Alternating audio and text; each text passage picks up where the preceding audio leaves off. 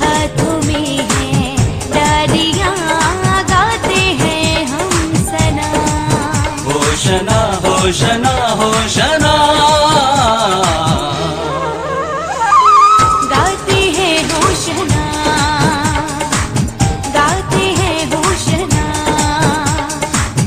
हाथों में है डालियां, गाते हैं हम सना।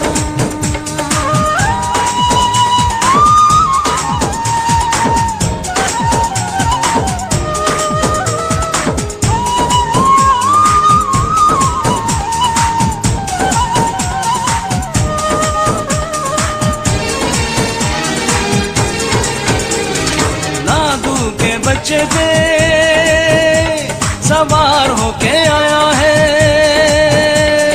हाथों में निशाना, तलवार लाया है। सुलह का शहजादा उसे सब ही बुलाते हैं। सुलह का शहजादा उसे सब ही बुलाते हैं। होशना होशना होशना, गाते हैं होशना।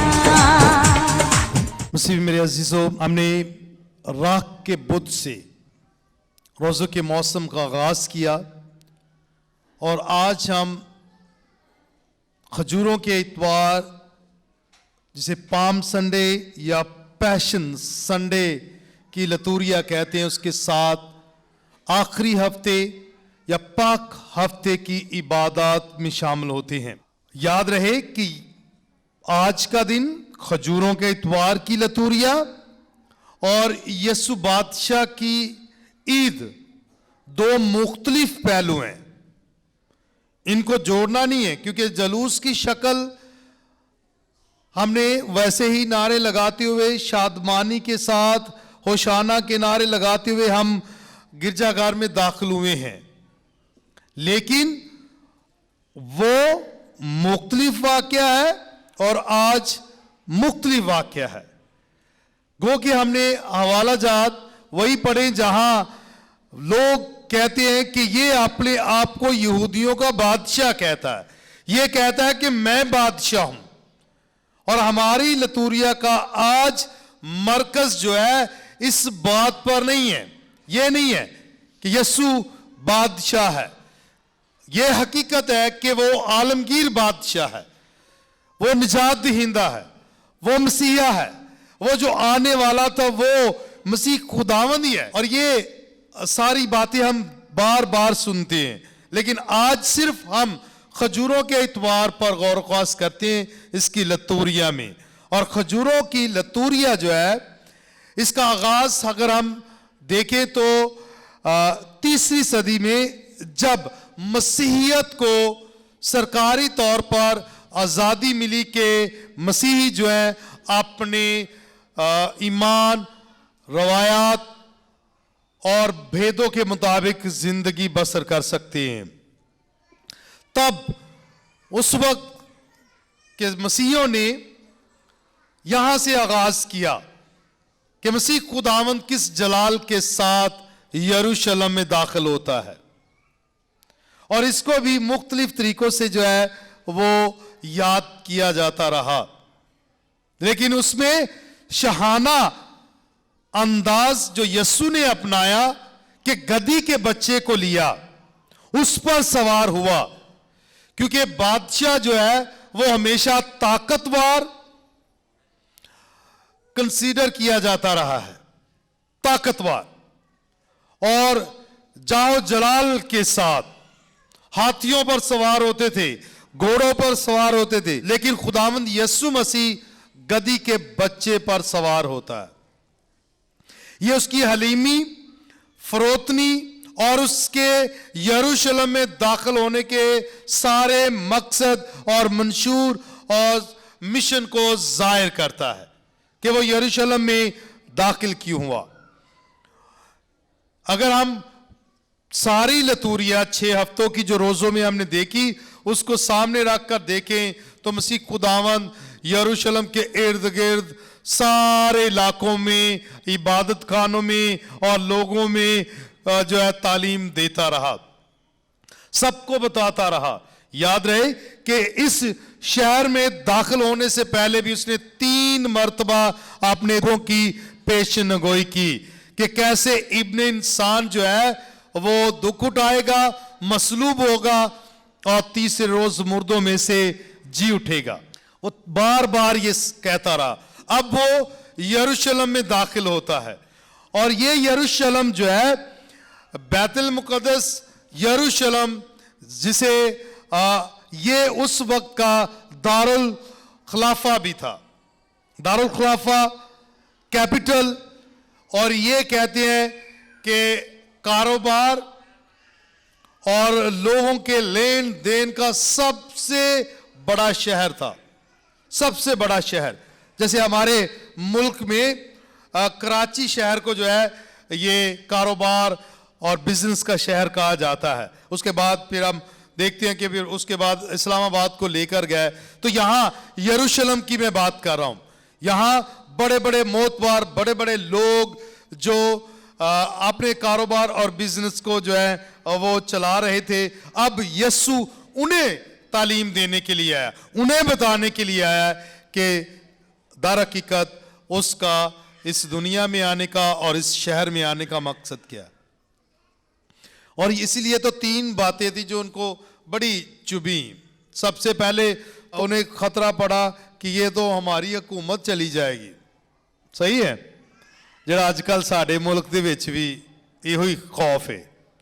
दूसरा, मजहबी ठेकेदार जो थे उस वक्त के, वो कह रहे थे कि हमारा जो चल रहा है ना फकी फरीसी, ये तो हमारी सारी जो शान और शौकत है, जो हम अपना जो लगा के बैठे हुए हैं काम कारोबार, ये तो सारा उल्टा देगा। लोग तो इसकी सुनेंगे, लोग तो इसकी तरफ जाएंगे। ये वजूहात थी। फिर तीसरी वजह कारोबार, क्योंकि उन्होंने इसीलिए यीशु मसीह जब यरूशलेम में दाखिल होता है तो वो हंटर पकड़कर उन्हें मारता है और निकालता है और उन्हें कहता है कि तूने मेरे बाप के घर को चोरों की खो बना दिया है। और वो डर गए कि हमारा कारोबार ये तो उल्टा देगा, हम तो सड़कों पे आ जाएंगे। और ये सारी चीजें ताकत मजहब के की आड़ में जो वो काम कर रहे थे और अब जो कारोबार कर रहे थे ना, ये सारे का सारा उन्हें खतरा महसूस हुआ। और फिर उन्होंने क्या सोचा कि इन्हें इसे जो है वो मसलूब करना चाहिए, इसे सलीब दी जानी चाहिए, इसे मार देना चाहिए। और ये सारा मैं आपको बता रहा हूं कि यरूशलेम में वो इस अंदाज के साथ जो दाखिल होने का मकसद है उसको बयान करता है। तो यहां बात कर रहे हैं आसान लफ्जों में पाक हफ्ते की लतूरिया।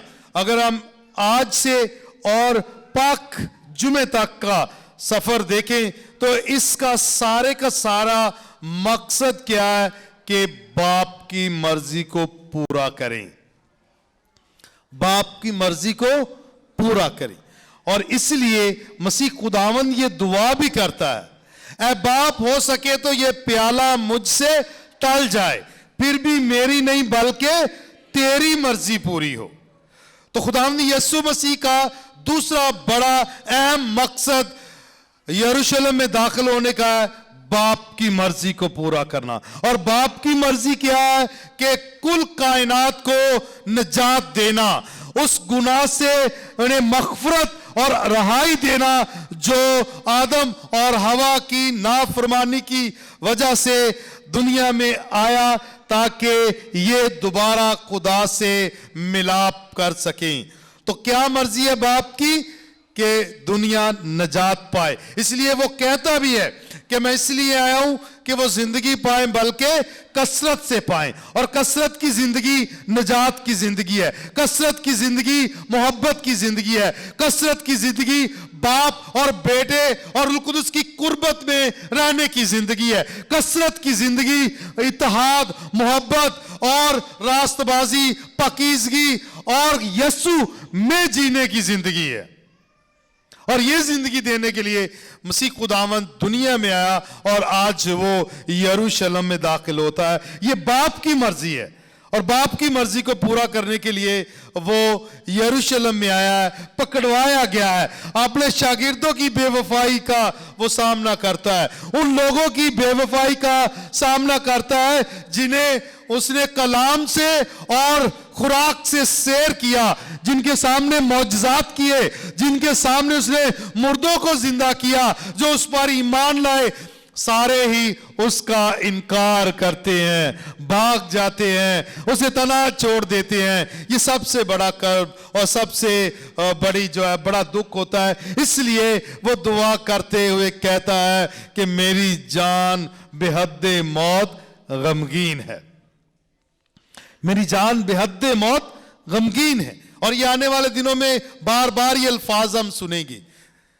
आने वाले दिनों में। और सिर्फ क्यों वो सब्र के साथ और बड़ी जुर्रत और दलेरी के साथ इस सफर को, सलीबी सफर को कबूल कर लेता है और कबूल करने के लिए तैयार होता है, सारी मुखालफत को बर्दाश्त करता है और सारी बेवफाई को कबूल करता है, बर्दाश्त करता है और आगे बढ़ता जाता है। इसलिए नहीं कि आपने उससे बात की, इसलिए नहीं कि बाप उसके साथ है, बल्कि इसलिए क्योंकि उसने दुआ की कि ऐ बाप, हो सके तो ये प्याला मुझसे टल जाए, फिर भी मेरी नहीं बल्कि तेरी मर्जी पूरी हो। उस दुआ से उसे ताकत मिली, उस दुआ से उसे जुर्रत मिली, उस दुआ से वो मजबूत हुआ कि अब मेरा बाप मेरे साथ है। उसने मुझसे बात की, मुखातब हुआ, मुझे हौसला दिया और मैं अब बढ़ूंगा, आगे बढ़ूंगा और हर दुख, हर परेशानी, यहां तक उस मसलूबियत को भी कबूल करूंगा जिससे मेरे लोगों को जिंदगी मिलेगी। मसीह में मेरे अजीजों, इसलिए मैंने कहा कि ये पाक हफ्ता बाप की मर्जी को पूरा करने का पैगाम देता है। जैसे यीशु बाप की मर्जी को पूरा करने के लिए इस पैशन संडे और पाक हफ्ते में दुख सहने के लिए तैयार होता है, इसी तरह कलीसिया से भी आज यह लतूरिया तकाजा करती है कि यीशु जैसा सबर, यीशु जैसा प्यार, यीशु जैसी फरमाबरदारी और यीशु जैसा जज्बा लेकर हमने हर दुख में, हर परेशानी में, हर तकलीफ में साबित कदम रहना है और कहना है, ऐ बाप तेरी मर्जी पूरी हो, तेरे नाम को जलाल पहुंचे, तू मेरे साथ है। और यह मुमकिन होगा जब हमारी दुआया जिंदगी मजबूत होगी। और अब वक्त है कि इस हफ्ते में हम और गहरे तरीके से और संजीदगी के साथ और वफादारी और ईमान के साथ जो है अपनी दुआ में बढ़ें, वक्त दें। इस पाक हफ्ते में खुदा को वक्त दें, खुदा से मांगे, खुदा से बातचीत करें, खुदा से गुफ्तगू करें और दुआ करें, ऐ बाप हमारी जिंदगियों में सिर्फ और सिर्फ तेरी मर्जी पूरी हो। जब हम यीशु के मिजाज और यीशु के जज्बे जैसा जज्बा लेकर दुआ करेंगे, ऐ बाप तेरी मर्जी पूरी हो, तो हम भी जलाल पाएंगे, हम भी जो है वो असरे नौ पैदा होंगे, हम भी शादमान होंगे, हम भी जी उठेंगे और अपने गुनाहों से पाक हो जाएंगे और हम जो है बड़ी जुर्रत के साथ मसीह खुदावंद की बादशाहत को इस दुनिया में कायम करेंगे। मसीह में मेरे अजीजों, खजूरों के इतवार की लतूरिया से पाक हफ्ते में हमारी जो आमद है, इसमें शमूलियत है, ये तकाजा करती है कि हम दुआया जिंदगी को फरोग दें और मजबूत हों और हमारे लबों पर यही अल्फाज हो, ऐ बाप मेरी नहीं बल्कि तेरी मर्जी पूरी हो। जैसा तेरा बेटा तेरा वफादार रहा, हमें भी वो जुर्रत, वो हिम्मत अता कर, ताकि हम भी बगैर किसी खौफ के, बगैर किसी डर के, बगैर जो है किसी शिकवे के तेरे पीछे चले।